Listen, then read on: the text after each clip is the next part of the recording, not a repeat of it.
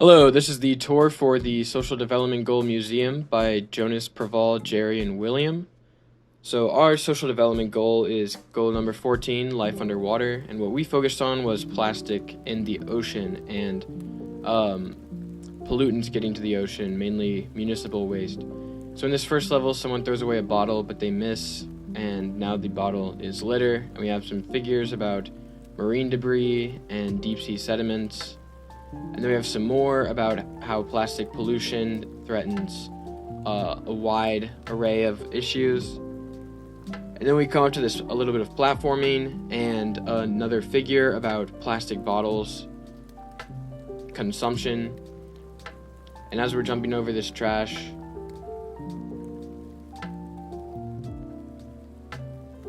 we are then approaching this manhole, which we fall into.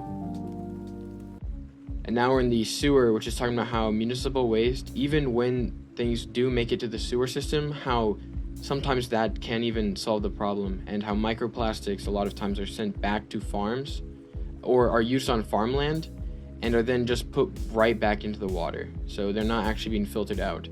And then we also have Q-tips, which is another dangerous form of municipal waste that is very harmful to sea creatures underwater.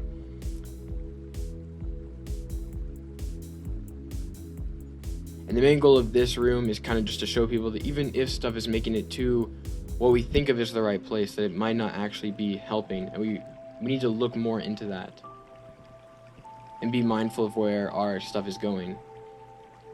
And like what happens with rainwater runoff, when the pipes are overflowed, the bottle makes it from the sewers straight to the river. And this is going to talk about how pollution affects rivers, especially in less developed nations, through figures. And then we also have the specific pictures showing how bad it can get when waste runs rampant throughout a river. And as we're going down this level, you have to avoid the sticks and rocks and the weeds in the water. Otherwise, you have to go back to the beginning.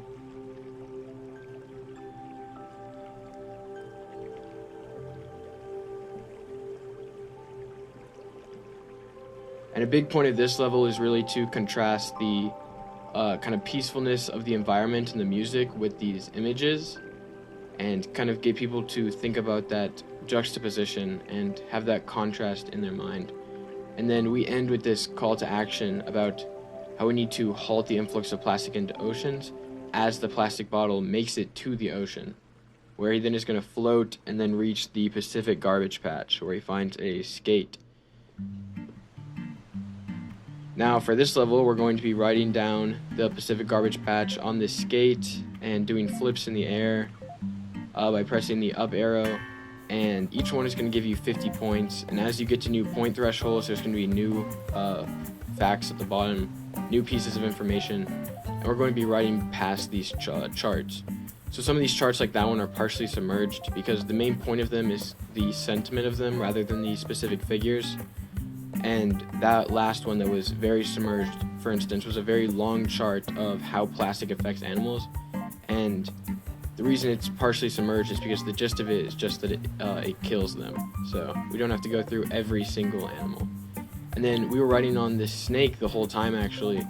And if you saw at the beginning, there was a rattle, and that is symbolic of how this issue is like a rattlesnake, where it's not an unknown issue, and the warning signs are there, and we have to pay attention to these warning signs.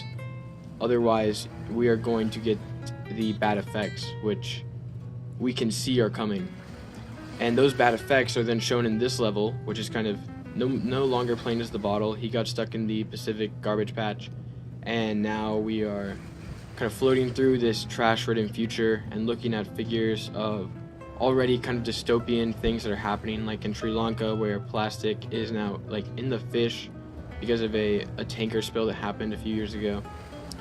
And then we have this figure on marine pollution, and the bottle boy back there now he's dead. And shipwrecks, just like in Sri Lanka, and then the shipwrecks. And that's the end of the museum, kind of leaving the audience with a call to action, but in more of a grim manner. And yeah, thank you.